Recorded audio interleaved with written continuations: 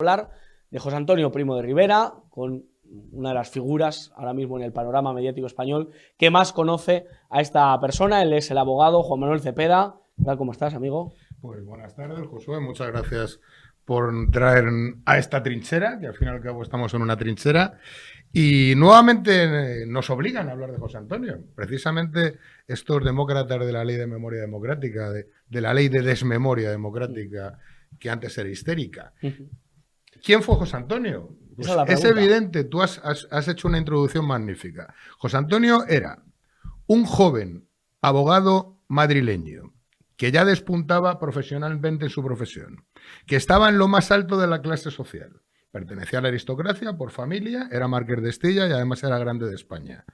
Un tío guapo, un tío elegante, un tío que tenía todo lo que podía querer cualquier burgués, y todo eso lo dejó y se lo jugó por una sencilla razón, porque le dolía a España y porque quería traer a esa España vieja y carcomida de los años 30, quería traer una nueva España alegre y faldicorta. Y lo digo en sus propias palabras.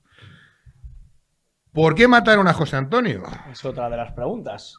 Yo lo tengo muy claro. Mira, esta mañana en otra entrevista que hemos realizado en conmemoración y para explicar qué pasó con José Antonio y con la Falange, a José Antonio lo matan. Incluso ya diversos historiadores dicen que en aquella maldita reunión que hubo a principios de octubre de 1936 en Valencia, a mitad, cuando ya el gobierno de la República había salido corriendo de Madrid porque los legionarios estaban a escasas horas de entrar por la ciudad universitaria, pues el entonces ministro anarquista García Oliver llama al juez Ferran Enjuto, un juez corrupto, un juez masón, que había nombrado Indalecio Prieto especialmente para que juzgara a José Antonio, y lo llama y le dice: esto se ha acabado, ya no hay más tonterías. Queremos juicio rápido contra José Antonio y con pena de muerte.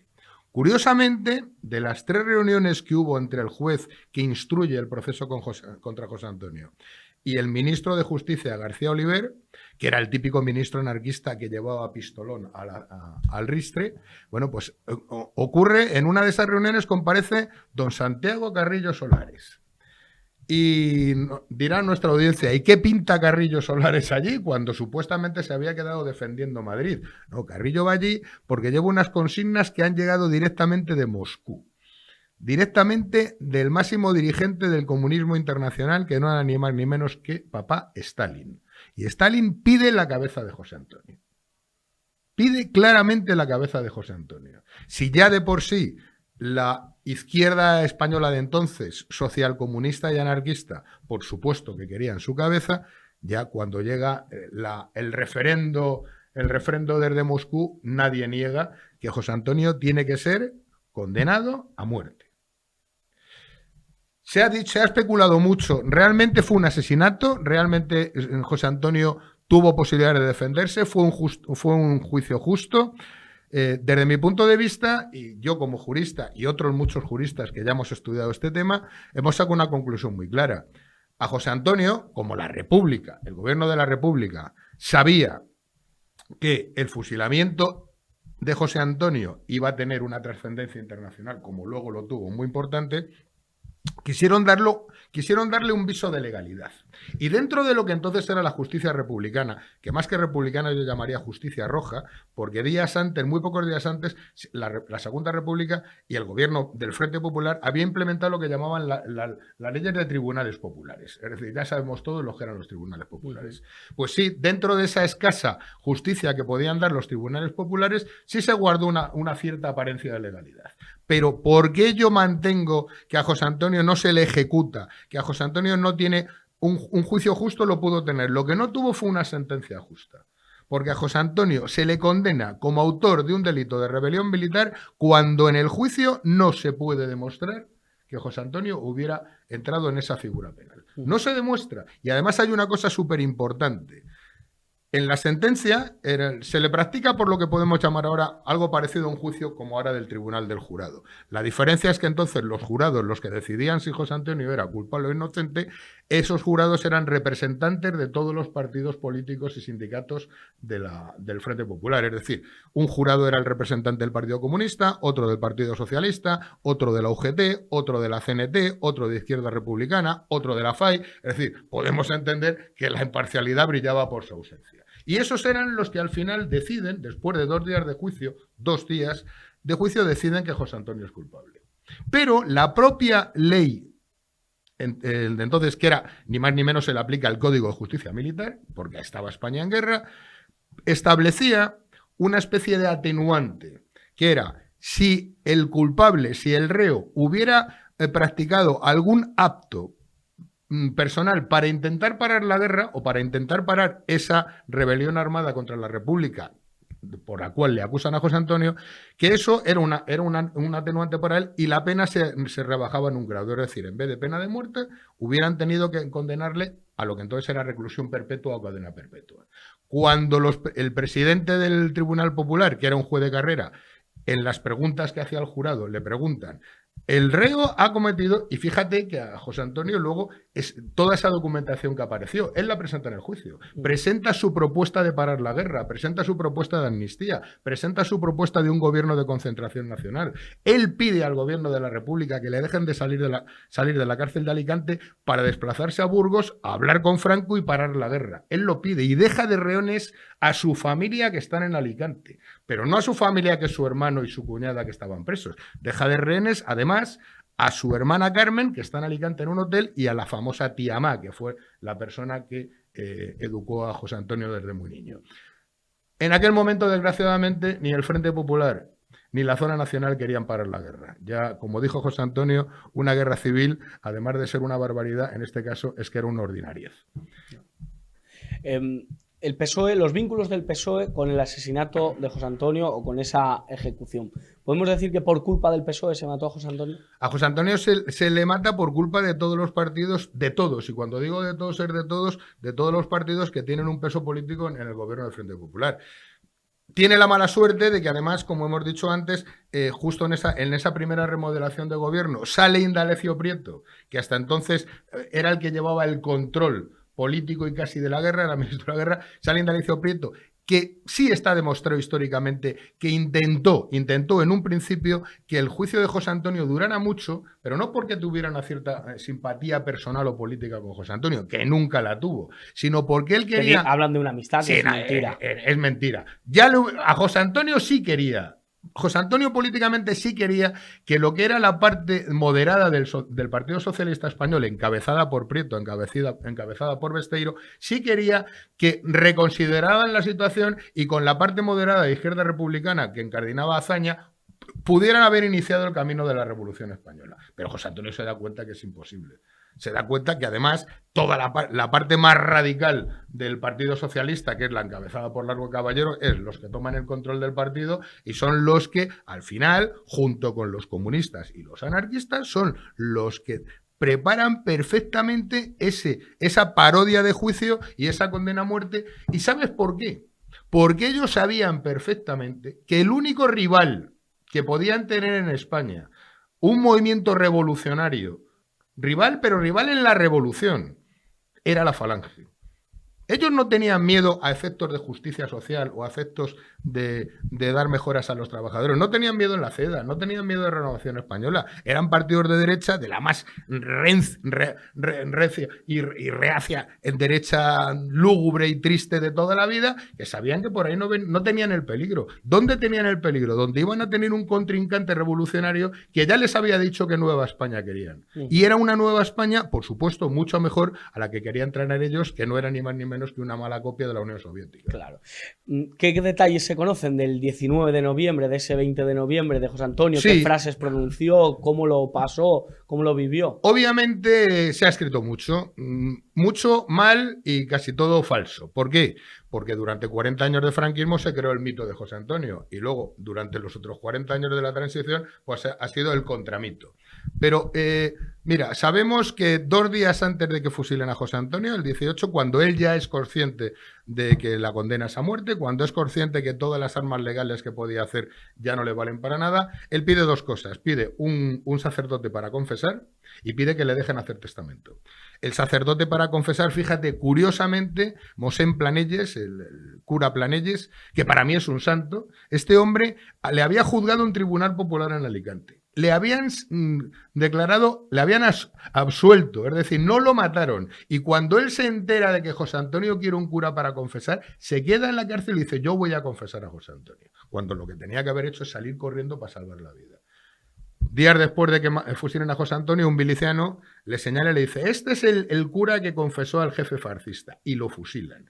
Creo que está en proceso de beatificación, pero diga lo que diga la Iglesia, para mí ese hombre es un santo. Bueno, pues le confiesa el cura Planelles y luego pide un tema muy curioso y poco conocido. Pide hacer testamento. José Antonio, en un principio, como buen abogado que era y como buen jurista, hace lo que se llama un testamento hológrafo de su puño y letra y pide protocolizarlo. Para protocolizarlo buscan a un notario en Alicante, que además se llamaba Mariano Castaños. Y recuerdo su nombre porque estuvimos investigando a ver si podíamos acceder a su protocolo, porque fíjate lo que pasa. José Antonio hace un testamento, que no es el que conocemos. Hace un primer testamento, un testamento absolutamente político, con un contenido político brutal. Y cuando llega antes de dárselo al notario para que lo legalice, aparece ese juez que ha nombrado Indalecio Prieto en un principio, que es socialista, que no tenía nada que hacer, porque su labor ya acabó, su labor como juez, y se tenía que haber ido. Pues seguía en Alicante. Aparece ese juez, aparece el notario y aparece un representante del Frente Popular en Alicante. Y dicen, enséñanos el testamento. Y cuando José Antonio les enseña el testamento, dicen que de ninguna manera van a consentir que se legalice. Porque era una declaración política, imagínate, la última declaración política de José Antonio. Y creo que era radical, gravísima. Y le dicen, haz otro. Y prepara un segundo testamento que es el de todos conocido. Un segundo testamento que efectivamente yo echo de menos, como muchos historiadores y como muchos falangistas echa de menos, que tiene muy poco contenido político, tiene más un contenido personal y familiar, y ese es el motivo. El motivo es que no le dejan mostrar legalizar el verdadero testamento que alguien se llevó y que desgraciadamente ha desaparecido, y en la historia de España solo nos quedará que José Antonio hizo un testamento político ya sabiendo que le iban a fusilar a los 2 días con un último manifiesto, y eso nunca apareció.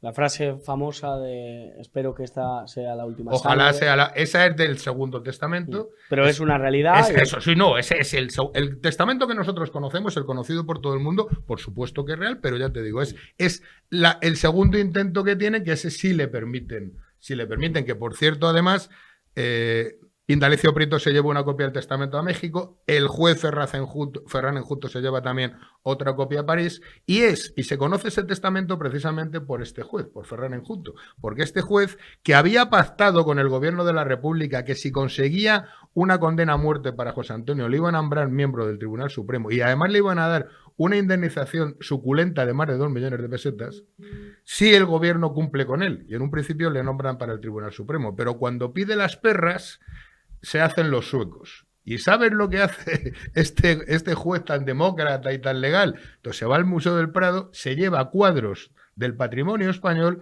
se va de España, se exilia a Francia y en Francia convoca una rueda de prensa donde cuenta qué es lo que está pasando. Por supuesto, claro, no podemos olvidar que además, a pesar de que era masón, íntimo amigo de Indalecio Prieto, cuando empieza la guerra se afilia al Partido Comunista. El propio Partido Comunista lo expulsa del partido porque dicen que es un ladrón. Bueno, pues al final este juez, como no se ha cobrado su prebenda de condenar a José Antonio a muerte y no se le han pagado, se lleva cuadros que vende luego en Estados Unidos y llega a su país de origen al final, que era San Juan de Puerto Rico. Porque él era originario de San Juan, era español, claro. San Juan de Puerto Rico era la España de ultramar. Y yo creo que para acabar con la historia vamos a contar una anécdota poco conocida, pero muy significativa. Este juez consigue trabajo de profesor en la universidad, en la Facultad de Derecho de la Universidad de Rocas Blancas de San Juan de Puerto Rico. Y el 20 de noviembre de 1938, 2 años después del fusilamiento de José Antonio, ya se publica, es cuando se publica, se da a conocer el fusilamiento de José Antonio. Y en un periódico de Puerto Rico, de San Juan, cuentan el juez el juicio, que ha sido fusilado, e inculpan a este juez, el que fue el que le condenó, que realmente no fue él el que condenó, fue el que empezó el juicio, pero no le condena. Bueno, pues sus estudiantes, los estudiantes de San Juan de Puerto Rico, de una de las clases de Derecho, sin ser falangistas, pero sí eran españoles y eran patriotas, españoles por lo menos de corazón, en aquella época, cuando se enteran que su profesor es el que ha condenado a muerte a José Antonio, lo defenestraron. Y utilizo la palabra defenestrar porque fue textualmente lo que hicieron, lo tiraron por una ventana. La justicia se propició. La mala suerte es que parece ser que solo lo tiraron desde un segundo piso. Y que entonces pudo salir adelante. Qué curioso, no conocía esa anécdota. Sí, y además, insisto, no eran estudiantes falangistas, ni un comando loco azul, no. Eran estudiantes puertorriqueños que seguían considerándose españoles y seguían considerando, lo que seguimos considerando todos, que José Antonio fue una de las mentes más preclaras y uno de los mejores españoles del siglo XX. Para acabar, Juan Manuel, el día 20 de noviembre coincide también con la muerte de Francisco Franco. Y con más. Y con más, efectivamente. Y con la muerte de Durruti.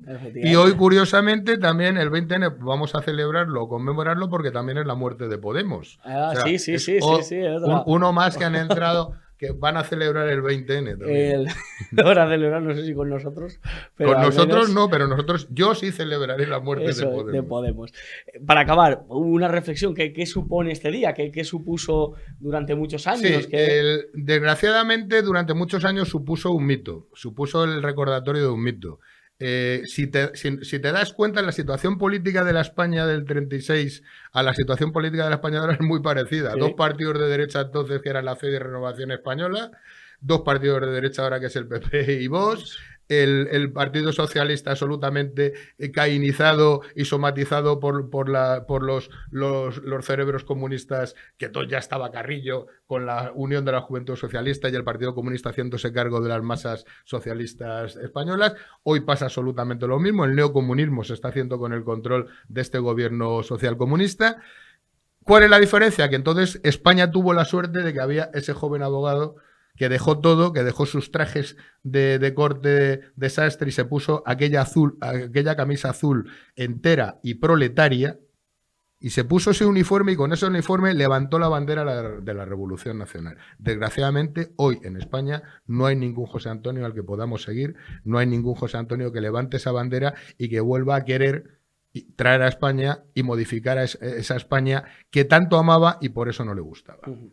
Juan Manuel Cepeda, muchísimas gracias, de verdad, gracias a personas como tú, pues podemos seguir, pues eso, conociendo a este personaje, conociendo la injusticia que se cometió con él y de alguna manera, pues sentirnos orgullosos de héroes de la historia de España.